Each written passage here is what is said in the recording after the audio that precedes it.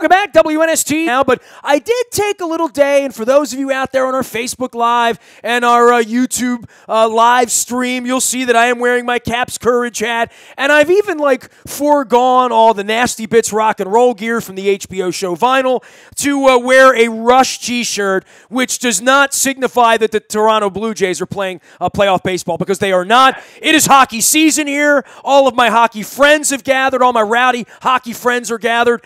Rob Carlin is one of them, and, I'm going around. I'm going to get Lachlan on here. We had Joe B a couple weeks ago. Eddie Frankovic's going to be here a whole bunch before it's all over with, Rob, what's going on, man? Season previews, we're dropping the puck. It feels right, but it doesn't feel too right because I know winter's coming now. But it does feel like about a minute and a half ago that I was grieving the loss to the Pittsburgh Penguins in Game 7, man. Yeah, it feels like just yesterday, and it feels like 100 years ago at the same time. I mean, it feels like just yesterday because that pain stays with you, especially when it's a loss to the Penguins. But it feels like 100 years ago because this team has changed so much since that, final game. So, it's hockey season. It's exciting. We were out at practice the other day, and we were talking to a couple of the players. And we asked Matt Niskanen what opening night means to him, and he just said, it's the unknown. It's the excitement of the unknown. Every year will bring new stories and a new chapter, and you just don't know what player is going to make that big jump, what player is going to regress, who's going to get hurt, and someone's going to step up in his place. So, it is a totally different, not totally, but there's a lot of new faces that are going to be on this Caps team, and the unknown. We'll see what happens. They're no longer a Stanley Cup favorite, and they don't have the the target on their back. Maybe a little less pressure gets them where they need to go, and obviously that is deeper into the playoffs. Dude, I think you come in and skate around with Ovechkin and Backstrom and Oshie and Holtby. I still, not the favorite, not, President's Cup favorite. They're going to win a lot of games. It's going to be a really good team. I like that it's ramped down a little bit, and we all know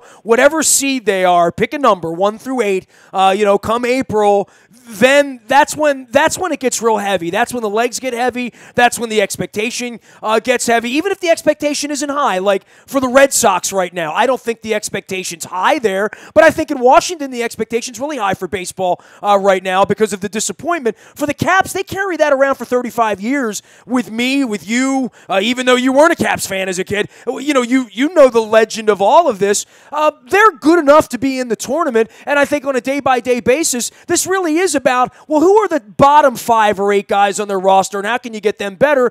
And is Ovechkin the lighter version of him, and this new contract for Oshie, are the elite guys going to play elite hockey this year? Yeah, and that's a lot of questions right there. I mean, that's exactly it. It's not only the heavier legs, it's a heavier game, but combined with a lot more speed. So it's really trying to find that right mix of guys who are willing to, in hockey parlance, get to those dirty areas, sacrifice their body, make special plays. You look at Pittsburgh or Chicago over the years, these kids come up out of nowhere. The core has remained the same for those teams. It's these kids that come up out of nowhere, the Jake Gensels of the world, that all of a sudden become heroes in the playoffs. The Caps haven't had that guy or those guys jump up out of nowhere. Not since John Druce, anyway. Right, exactly. So, they need to find those guys, and you're absolutely right. There's enough talent on that team, enough firepower on that team in the core that should be a playoff team. Barring something unforeseen, that should be a playoff team with Ovi and Backstrom and Oshie and Carlson and Niskanen and Orlov's development and Holtby. And there's just too much talent. Kuznetsov, who Alan May has said not only could or will lead the Caps, he could be amongst the league leaders in points this year. That's how special he thinks he is with this new contract taken care of. So, yes, I agree with that, but now it's finding, is Madison Bowie going to step up this year? And, in the preseason, my eyes, he looks like an NHL defenseman. When he gets in, how much he plays and what his progression is, we're going to find out, but he looks like an NHL defenseman. So does he step up?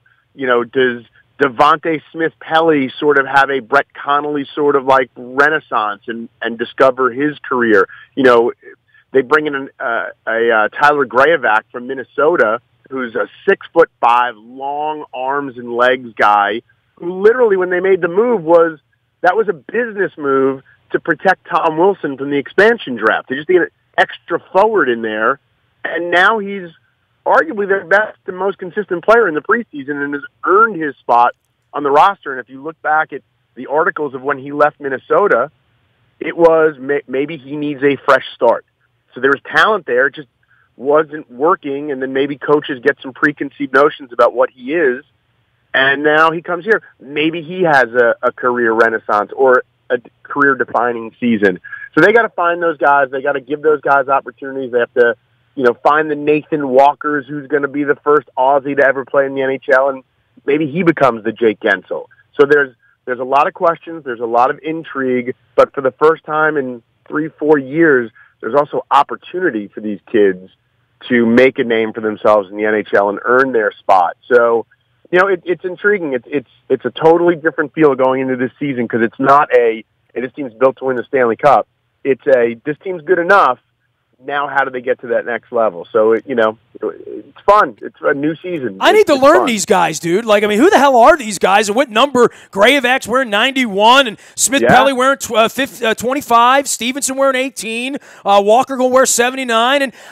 But for me, in the early part of any season, right, and this goes for baseball, it goes for football, the first game or two, I am learning the jersey numbers, but I'm also looking for Justin Williams, I'm also looking for Joel Ward when he's not here anymore, and saying, how much are they going to miss Mike Green when he's not? And, that's part of this, too, is you get so used to watching these guys, especially when you watch the playoffs and it's every other night and it's the same guys, for months and months. The next year, it does feel like you're missing something, right? And especially for the Caps, because I think the last 2 years, they have played the fewest man games in the NHL, which is to say, they had no injuries. The roster stayed the same. There was, a guy missed 4 or 5 games here and one player would get a call up. But pretty much the last 2 years, it's been that same group. Yeah, it's not like the Orioles where you see pitchers in July and you're like, who the hell are they? The Caps have never had that because they've been such a good team. I mean, maybe it's a Chorney up or down, or my man Aaron Nasty Ness up and down. But by and large, I mean, we're going to learn a whole bunch of new names because I do think the bottom of the roster becomes more fluid when you're not an outstanding team. And I remember year after year, I'd sit here with the Orioles and we would all, hand wring about who the last guy coming north from Fort Lauderdale was going to be.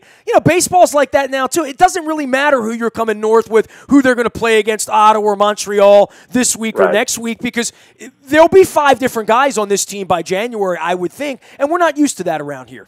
Right, absolutely. It's such an overrated thing who's on the opening night roster, or even in the NFL with the Ravens, or I'm so busy covering the Redskins during preseason and training camp. We're all trying to decipher, is it going to be 7 offensive linemen or 8? And who's going to be the 53rd? And this guy plays great on special teams. And then the season starts, and there's one injury, and the whole thing's blown to hell. Yeah, they say final cuts. There are no final cuts, right? There are no final cuts. Yeah. I mean, it is final cuts for that moment. And then an injury happens, or another team cuts a player that you had an eye on, and you cut a guy. I mean, it's so blown out of proportion, but it's what we do. But, yeah, I mean, as far as the Caps go, it has been not just the same core. It's been the same, 20 guys that go on every road trip. They're just, like you said, a Taylor Chorney will fit in here for a couple of games during a minor injury, or but these kids that you're trying to learn their names, and Grayevac obviously came from another organization, but some of these kids you never had to see. There was no opportunity. They never had a chance. In training camp, they went knowing there's no chance you're going to make this roster other than an emergency call-up for a game here or a game there, because the team was perfectly constructed. It was perfectly constructed to win a Stanley Cup. That's what we said for the last 2 years. And what they've run into is they were built both man-wise, manpower-wise, and salary cap-wise, that the same way Chicago and Pittsburgh were. The difference is obviously those two teams have won multiple cups and had to deconstruct and find these young kids. The Caps are now going through the deconstruction, sadly, without having won a cup. But what they did was they went all in. They paid these guys. They overpaid for the top, and now had to make a lot of tough decisions on the Mojos of the world, like Chicago, like the Kings, like the Penguins, and let guys go. They just never got that cup, and that's the tough part about this whole thing. So now they got to try and do it a new way, and find some kids to fill in holes and take another run at it. Rob Carlin joining us here, the familiar voice of CSN Washington, and you can find him before. Whoa! Oh, I got to call. NBC Sports Washington. See, I knew you were going to correct me. How about that? Yes. Yeah, I did it wrong already. You got to put some money into the jar. Is it 25 cents? Is that what it? 50 cents now? What? 25 for first mistake, $5, right? Man, it's 2017. $5. Man, how much you giving your kids for the Tooth Fairy? That's been a big point of contention. That's been a big, because then we got two. So if one tooth comes out, we get both girls. There's a lot of fighting. It's a whole thing. Well, I would have corrected myself because the peacock logo's all over your Twitter page, as is TJ Oshie, and your new Twitter handle is Rob Carlin NBCS. So I wouldn't have screwed it up once I gave the Twitter thing. I would have corrected myself. So I have to because I feel like because you work for other people. I work for other people, and I got to keep my kids. I got to keep my kids living in the lifestyle they've grown accustomed when they lose teeth. So yeah, it's NBC Sports Washington now. That damn Tooth Fairy inflation. I mean, what a country we live in. Rob Carlin, NBCS is the way to find him, and of course all the Caps coverage, pre, post, during, all that good stuff. And we got Locker running around next week. Ed Frankovic. No one's going to cover the Caps in Baltimore, certainly with more thoroughness than we are. Speaking of thorough, we lost sight of Ovechkin, and I remember being in the locker room after the loss and, the disappointment for everybody, how heavy all that is, and then the criticism of him. He was not a particularly productive guy in the spring. We saw a new, fitter version of him in August when he sort of reemerged. But the preseason hasn't been good, and I know the preseason is not the regular season, but this has been a little bit of a troubling couple of weeks, I think, for Trotz and for the whole program because we haven't seen gears fire just yet. But all that being said, expectations are high for Alex Ovechkin, as they should be, right? Yeah, I mean, look, 2010, 11, 11, 12, 12, 13, he scored, 33, 38, and 32 goals, I think. And one of those seasons was the shortened season with the lockout. But, and I remember then, maybe Ovi won't be the 50-goal scorer. We're going to have to get ready and accustomed to a new Ovi and what's going to be the new normal. And then he scored 154 goals in the last 3 seasons. And people are still upset that he didn't do enough. I mean, last year he scores 33 goals. For a couple of years, the knock was from the national media and the Canadian media that Ovi needs to be more than just a goal scorer. He's got to do other parts of the game. He's got to buy into the system. He's got to be a leader. He can't just be a one-trick pony. So last year they cut down his minutes to keep him fresh for the playoffs. He gets far less shots than we've grown accustomed to. And everyone says, what's wrong with Ovi? He's not getting enough goals. We need Ovi to be the 50-goal scorer. That's the problem of being Ovi. And it is... Well, we're riding him like a rented mule like they were doing 5-6 years ago, 3 coaches ago. That's, at the end of the Boudreau era and into Hunter. That's not going to happen anymore. You're not going to see 1,800 minutes of ice time for him anymore. Right. But you can't then say, how come he's not getting 50 goals this year? Fair enough. If you're going to drop by a minute and a half or 2 minutes per game over an 82-game schedule, that's a lot of minutes gone and a lot of shots no longer generated. But 10 years ago, he was the best player on the ice every night. Now he's got 3 guys on his own team that on any shift can outperform him, outscore him, and do many of the things that he does that should make him better with rest. And I think the disappointment is that the rest didn't really serve him better in the playoffs. He was not a better player in April or May than he was in January or February. That's just a fact, right? No, that is a fact, and he has to live with that burden. Now, he did get hurt. I mean, he was hurt in those playoffs. And, other guys may have sat out a game or maybe 2 with the type of injury he had. You never heard word one about it. Dude just showed up and played. That's a fact also. So, yeah, but that is the burden that when you are the greatest natural goal scorer on the planet, have been since day one, you carry that burden. And he understands that his legacy is going to be judged on if he ever wins a Stanley Cup. And that's just part of the gig of being Alex Ovechkin. So, yeah, I remember years ago, Carl Alsner once said something after a disappointing season that ended in the playoffs way prematurely, and he said then, we're never going to be the team that won the Stanley Cup until we win the Stanley Cup. So for all the expectations and all the, the weight of having this great team, none of it means anything. And Ovi's goals will feel empty until he wins the Stanley Cup. And yeah, they're trying to find that right mix of, do you cut back his minutes? Look, I'm not going to bet against Ovi. If until Ovi proves me wrong, I'm going to say if given the opportunity, he's going to give you 40 goals. If you put him in another 45 seconds per game and he generates 2 to 3 more shots per game, he'll get you 40 goals this year. Is that going to make them a better team in the playoffs? Is that going to make him a better team in the playoffs? Look, it wasn't just him. Holtby wasn't great last year in the playoffs. No one was great last year in the playoffs because they didn't get where they needed to go. So, it is part of being the superstar and being the face of the franchise. But I also think that as a team, they keep finding ways to not reach their goals in the playoffs. So, it's on Ovi, but it's on all of them too. Keeping Oshie around was a big deal for me. I thought he just kind of fit in, right? I mean, there's no one that doesn't like TJ Oshie on the team.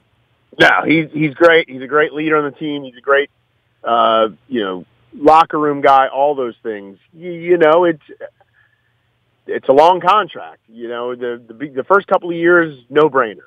Back end of the contract, he's going to be deep into his 30s at that point. But I'm an Orioles fan. I understand Chris Davis. Right, exactly. And at the time, you were like, well, you can't let Chris Davis go. He's such a popular guy and 50 home runs and all that. Well, you also have to live with the other side of it. And Oshie did have a career year, and you're playing with Backstrom, and, guys are going to put up numbers when you play with 19. So, but yes, you couldn't let TJ Oshie walk. You had to lock him up, especially when so many other guys were walking out the door because of salary cap issues. So, yeah, you just hope that in the first couple of years of this contract that it pays off and you get a ring, you get a cup. And tough choices, man. Tough choices you have to make. I'd hate to be a GM with a popular guy and a productive guy like Oshie who wants, 8 years so you get less money. But then you got to face the back end of that contract eventually. We'll worry about that 4 years from now, though. Well, he will become a franchise guy here, and I don't think that's such a bad thing. NBC Sports Washington's Rob Carlin joining us here. Rob Carlin, NBCS is the way to find him, and of course, before, during, after all Caps games here this year, a real hockey guru and insider for all things Rock the Red. Tell me what's going on, because obviously the name change and the brand change. You've already spanked me on that. I already owe at least 25 cents, 50 cents according to your daughter. But some thoughts about coverage this year, because you guys really are in deep on the Caps, and I speak personally. I love the coverage because it is the place I get my Caps coverage, and I do appreciate the honesty and the spankings that you guys give the team when they don't play well. Well, and that's it. I mean, we're broadcast partners with the Caps. We're not going to crush them for no reason just to create a headline or get a click.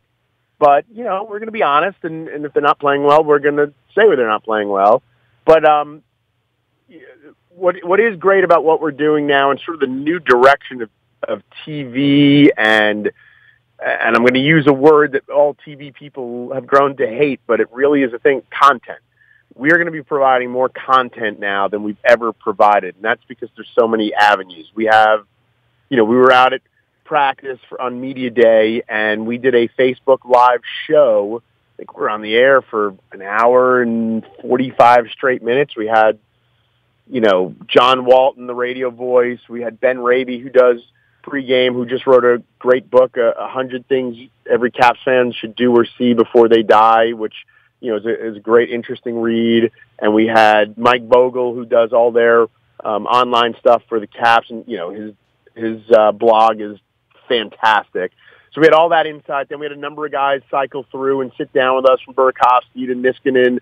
Ovi sat down, Backy sat down. So we had everything you'd want live on Facebook, taking questions. Facebook Live. You're taking questions and we're on it right now. Right, exactly. So it was awesome, and we get that opportunity because we're broadcast partners, because they're going to bring all those players over to us. So it was great. We're going to do a ton of that from practice. We have our Caps Face Off podcast that me and Tarek El-Bashir and JJ Regan, and we're going to have different guests throughout the year, and just so much. We're going to have more of a factor on Snapchat and Instagram. We've got a great social media department. So I know I'm sounding like a company guy, but it really is kind of exciting because there's so many different ways and avenues to grab fans these days, and you have to make it easy for them. So if I'm driving in my car and I want to listen to a Caps podcast, go to the Caps Face Off podcast. If you're just going to get those push notifications that a new live video is happening on Facebook or Instagram or a new story on Snapchat. Like, I'm learning it as I go. I'm 45. I'm an old guy. I'm figuring it out as I go along. But, with NBC Sports Washington, our partnership with the Caps, there is a lot of new, exciting content out there available at all times. So it should be fun, and I'm looking forward to kind of this brave new world. But we have like a new show every game night. There's a new show that's going to start at 6 to 6:30, and it's really more social media. It's Grant Paulson, who does radio in D.C., and Courtney Laughlin's going to be involved, and fans are going to be really involved in that. That's a 30-minute show leading into me and Alan and Tarek for our official Caps pregame show, which is Caps Face Off. Then the game. Then me and Alan do 30 minutes post-game, and then an hour's worth of social media interaction with Grant and Courtney and whoever else is on that show that night. So game night is a whole night of coverage. And then, the podcast and everything happen again in the morning. So it's exciting times for NBC Sports Washington. I'll get it right. NBC Sports Washington. He is Rob Carlin, doing all things Caps and rolling his sleeves up here to get ready for another Caps season. Always great to visit with you. I'll be visiting with a lot of your crew members. And, I'm a Caps guy, right? So when the season starts, I'm not that guy that, gets on game one of the playoffs in April. My television will be tuned in that direction. But it's such a busy time, right? I mean, Chirps, got the Ravens on the West Coast. We got playoff baseball. This is where sort of the heart and soul of the real sports season begins for me when hockey starts. Oh, this is the best. This isn't the dead of July where you're searching for something. You got something every night. This is the best time of year. Little meat on the bone. Let's get off to a good start here, man. Rob, great visiting with you. We'll be following you out at NBC Sports Washington, and we will get it right. Don't find me. All right, Nestor. Good talking with you. You got it, Rob Carlin, a wealth of hockey information out there at NBCS. Rob Carlin, NBCS on Twitter. You can find me in the buyatoyota.com audio vault 24 hours a day from anywhere in the world on your mobile device by downloading the TuneIn Radio app. We do come in crystal clear from anywhere you are. We do go everywhere you go. The morning newspaper delivers to your email inbox at 7 a.m. each and every morning. That's all brought to you by Planet Fitness at planetfitness.com. Last but never least, breaking news happens first on our WNST tech service. That's all brought to you by Coons Ford of Security Boulevard. Of course, Dennis will be here on Thursday getting you ready for the weekend. Whatever it is, baseball, hockey, college football, the Ravens out in Oakland, we got you covered. I'm out on Facebook, Twitter, LinkedIn, Snapchat, Instagram, streaming live on our Facebook as well as our YouTube WNSTV channel. We are WNST.net, AM 1570, and WNST Towson, Baltimore, and we never stop talking Baltimore sports.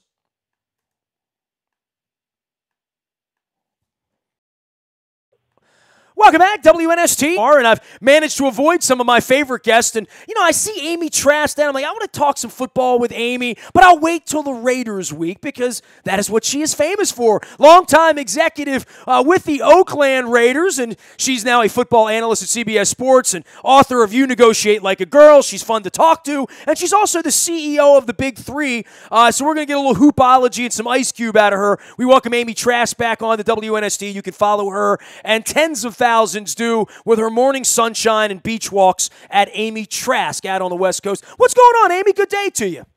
Wow, that was quite an introduction. Thank you very, very much for having me on. And yes, I am across the country, and I do hope to see the beach again shortly. You're still a Raider lover, right? I mean, that's still in your blood. You want to see Mark hold the trophy one day, right? I will always wish the very best for the Raider Nation. I had a very, very special relationship with the fans throughout my 30 years there, and I remain in touch with the fans, and I want for them the very best. Well, I know you follow the game very closely. You know what's going on there. You know what's going on here. I know you're out on the West Coast. It probably was about 6:30 in the morning when you woke up and the Ravens were losing 44-0 in London. I was on the 30-yard line for that fiasco and then losing to the Steelers. It's very, very hard to overcome injuries, and I think this week, certainly, we didn't expect a backup quarterback. It looks like more of an opportunity for the Ravens, but the Ravens have just looked as bad as I've ever seen them look the last 2 weeks here. I was actually in studio in New York, but I do, I will tell you, I enjoy early morning. So I would have, had I been in California, been up at 6:30 and watching. I mean, what's better than to get to wake up and start your day with football and end your day with football, right? Unless, of course, as you noted, it's now basketball as well. You know, there's a saying in the National Football League, and it was something that was discussed behind those closed doors of the owners' meetings for as long as I was in the league, which is the concept of any given Sunday. On any given Sunday, fans have a faith and a belief that their team can win. Similarly, in any given season, fans believe their team can win. So, you talk about the Ravens and some of the losses. These teams are not that far from one another. I mean, maybe if we take the very, very best team, of course, and the very, very worst team, we can look at the gaps in talent and things like that. But even with the best and the worst teams, on any given Sunday, anything can happen. Did anyone believe that the Patriots would lose on that opening game when they hoisted the banner? And so that's a long way of saying that the Ravens have had some disappointing losses, but those games could have gone differently, but for a few issues. Well, in the case of Carr and the Raiders and expectations, and, I know Jack pretty well. I spent some time with him in the offseason. The whole Vegas move behind all of this was sort of, I guess, pillowed by, hey, we might win the Super Bowl next year. We're pretty good. This has been a stumble the last couple of weeks, and certainly the defense doesn't look like it's gotten better. You got maybe the best player on the planet in Mack, and certainly the best player on the field on Sunday. We'll see. But the offense has struggled. Cooper has struggled. This Marshawn Lynch thing that I think anybody that knows anything about football, the player coming back after a couple of years, even as special players, I think your eyebrow would raise as to whether Marshawn Lynch was going to come back and be a 1,200 or a 1,400-yard back. But there have been some real problems there, and now trying to do it without the quarterback. This is a tough part of the schedule, I think, for the Raiders, because certainly at the end of the season, they have that first-place schedule. They're going to see the Patriots. They're going to see those teams. Well, a couple things in that regard. You're absolutely right about the Raider offense. In the last 2 games, I think the number is 10 points per game that the team has scored. And that was, in one of those games, Carr was on the field the entire game. In another game, Carr was on for a chunk of the game. But you're right. Something is not clicking. And if you look at their third down statistics, I don't have that in front of me, but over the last couple games, the team is simply not converting on third down. So that's an issue for the team as a whole, and that is not Derek Carr specific or Marshawn Lynch specific, but those are each pieces of a greater puzzle. What Denver did, we can come back to that in a minute. Let me address your Lynch point. I would love to see Lynch do well. He's from Oakland, so the team signing him was a smart move, both in terms of potentially on-field production, but also a smart business move. Some people have referred to it pejoratively as a distraction to take the fan base, the local Oakland fan base's mind off the fact that the team has announced it's leaving. I would put it less pejoratively and say it's a balm, it's a salve. You've signed someone who's beloved in the Oakland community. He went to my alma mater, Cal Berkeley, which is right down the freeway or up the freeway. So, I think that the Lynch signing had business reasons behind it. But yes, you're right to point out, what can the production be on the field? And now the team is going to have to rely on its running game more than it did before while Carr was healthy. She is Amy Trask. You can find her on Twitter at Amy Trask. That's Trask, the longtime executive with the Oakland Raiders. And Al Davis, now a football analyst at CBS Sports and the author of You Negotiate Like a Girl. You can find that online as well. And also doing some basketball work, which we'll get to in a minute. But, I did want to talk about Marshawn Lynch, the knee, the seat, the hiding. You as an executive and me here in Baltimore, and I ran into Dick Cass over the weekend at the game. Amy, we had 30,000 people boo a call for prayer and unity and a kneeling at the stadium inside of our stadium. We have a very broken society, as I'm sure you're aware, and I follow you on Twitter and see some of the comings and goings. But inside, it seems, Amy, I've been doing this 23 years now with the Ravens. I had a sponsor this week call me and say, we can't have Raven players in our bar anymore. We can't do shows here anymore after week 4. I've been on the trail this week trying to find new locations to do my swabbings for the bone marrow registry and my Raven player shows after 22 years, because that's how sideways this kneeling thing has become for me as a sports radio guy here trying to do a good turn and been doing this for a quarter of a century. But behind closed doors, inside of all of these organizations, people like you have had to figure out sponsors, military, police, players, free speech, not free speech, angry sponsors, angry ticket holders. It's been a real fiasco here the last couple of weeks.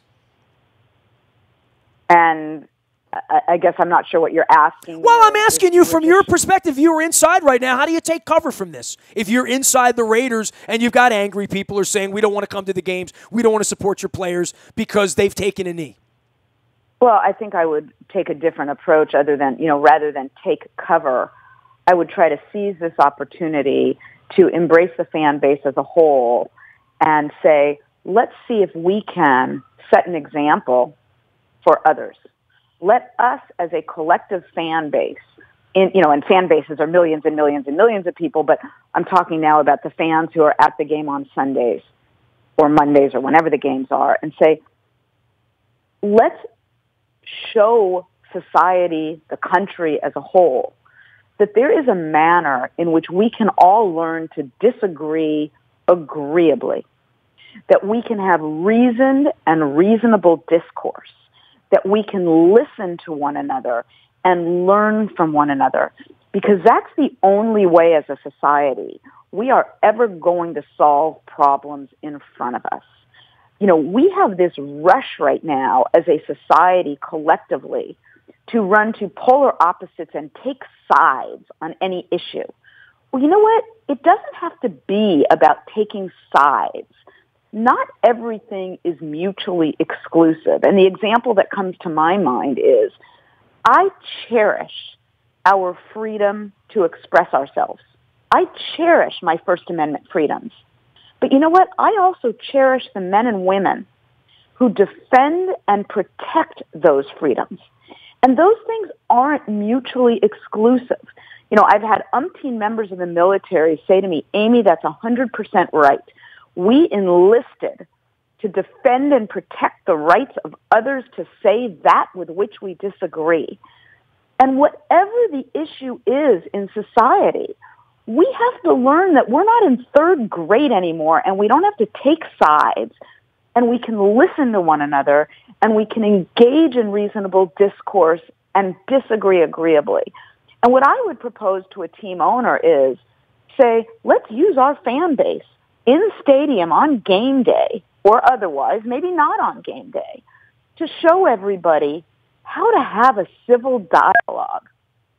Well, this is very sticky between the president and several of the wealthy owners in this league who have supported him, right? I mean, this is Jerry Jones and Dan Snyder, and this is Donald Trump trying to buy teams in the league and not being allowed to, and they didn't want him in the club, and the USFL. I mean, this is a story that's 30 years old that has bled over into black and white and left and right and military and police versus Black Lives Matter and all of that in between.